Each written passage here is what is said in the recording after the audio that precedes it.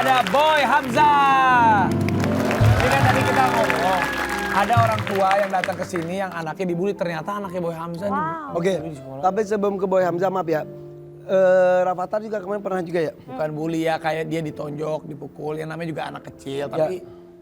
Tapi bully itu bisa... ya bully kan bisa verbal, bisa fisik, bisa mental. Nah, yang verbal anak gue pernah Aisyah tuh. Aisyah pas lagu pertama dia keluar, teman-temannya tuh yang itu, alah lagu gitu aja, alah gitu. Sempet drop juga itu secara mental tuh langsung dia agak jadi malu untuk takut berkarya lagi kayak gitu-gitu. Intinya tuh awal pemicu dari sebuah bully, entah itu fisik, verbal, mental, awal pemicunya kita harus segera reda. Betul. Dan jadi awal pemicunya juga bisa apapun juga, misal karena orang itu misal tidak berkecukupan dibully. Orang itu nggak good looking dibully. Anak kamu dibully gara-gara? Ya gara-gara anak artis. Paling sama kayak anak gitu. Jadi terus umur berapa anak lu, Bro?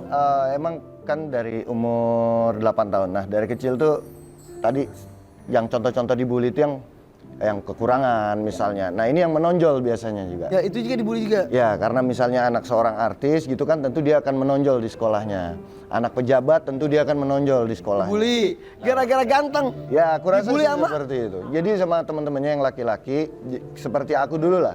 Kalau dulu kan aku suka yang tadi kita bahas masalah verbal dibilang bule tesase, baga gitu kan. Tahu nggak baga bahasa Minang tuh? Berani kau, berani. Oh, lu orang Minang ya? Enggak, aku bukan orang Minang.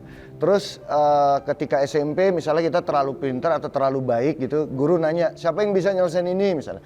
Nah, kita didik anak-anak kita juga seperti itu gitu. Saya misalnya, siapa yang mau ngapus? Saya. Itu mereka bilang panjile dalam bahasa verbal. Yang hingga akhirnya sampai ke tindak kekerasan seperti yang terjadi kayak anakku pulang sekolah didapati oleh istriku punggungnya ada bekas sepatu.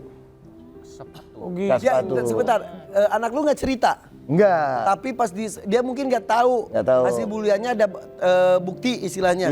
Ada tapak sepatu di punggungnya. Ada tapak sepatu sehingga akhirnya ditanya sama istriku gimana ceritanya. Jadi tuh dulu ada kakak kelas yang suka jegal dia kalau lewat. Jadi setiap lewat tuh sama si kakak kelas tuh dijegal.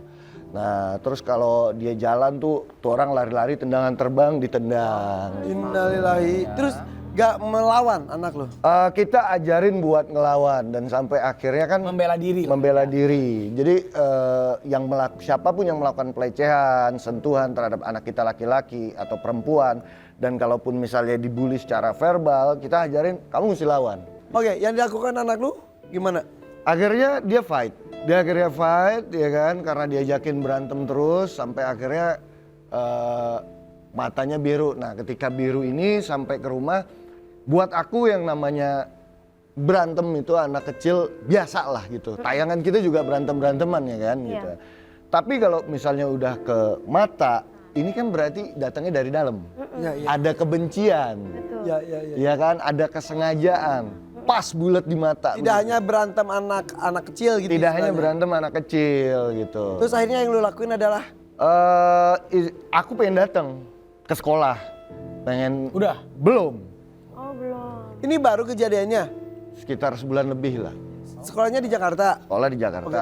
Oke, terus. Ya kan, terus aku pengen datang ke sekolahnya, cuman istriku bilang, ini aku lagi komunikasi sama wali kelas, sama kepala sekolah. Orang tuanya mau dipanggil, anaknya juga dipanggil.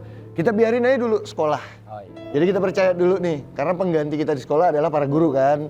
Perkembangan selama ini seperti apa? Alhamdulillahnya akhirnya orang tua dipanggil, sekolah kooperatif banget ya, maksudnya tanggap banget mengenai hal ini.